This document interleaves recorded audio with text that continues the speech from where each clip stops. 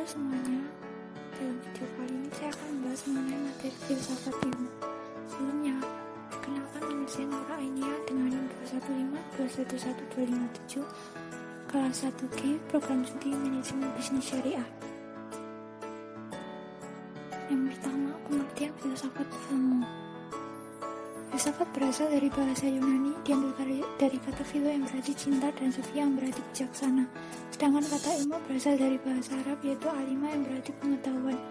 Dapat disimpulkan filsafat ilmu merupakan cabang dari filsafat yang mempelajari dan mempertanyakan secara sistematis mengenai hakikat pengetahuan ilmu yang berhubungan dalam masalah-masalah filosofis dan fundamental yang terdapat pada ilmu untuk mencapai pengetahuan yang ilmiah. Pengertian filsafat ilmu dari beberapa ahli.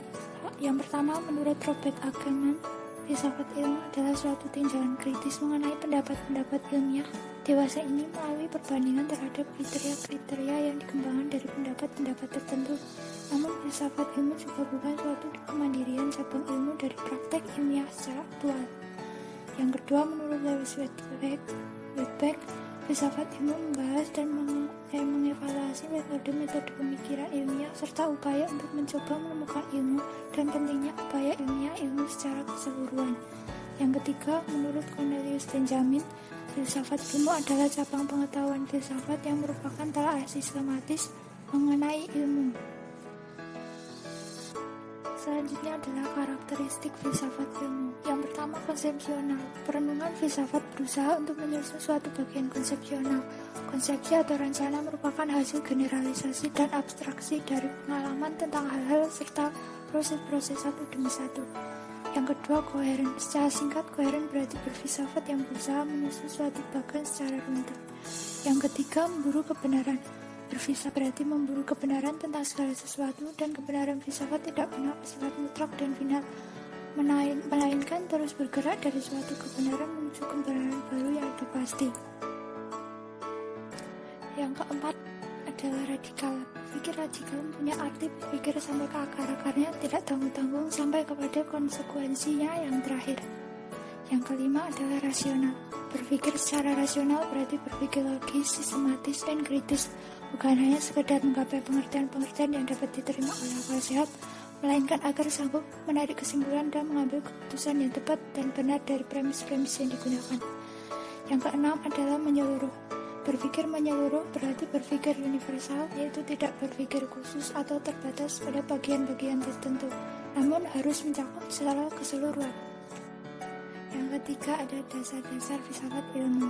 1. Ontologi. Ontologi merupakan sebuah ilmu yang membahas tentang hakikat dari segala sesuatu yang ada, baik itu berupa realitas fisik maupun metafisik. Yang kedua adalah epistemologi. Epistemologi merupakan suatu ilmu yang mengkaji tentang sumber pengetahuan atau asal mula metode, struktur, dan valid tidaknya suatu pengetahuan.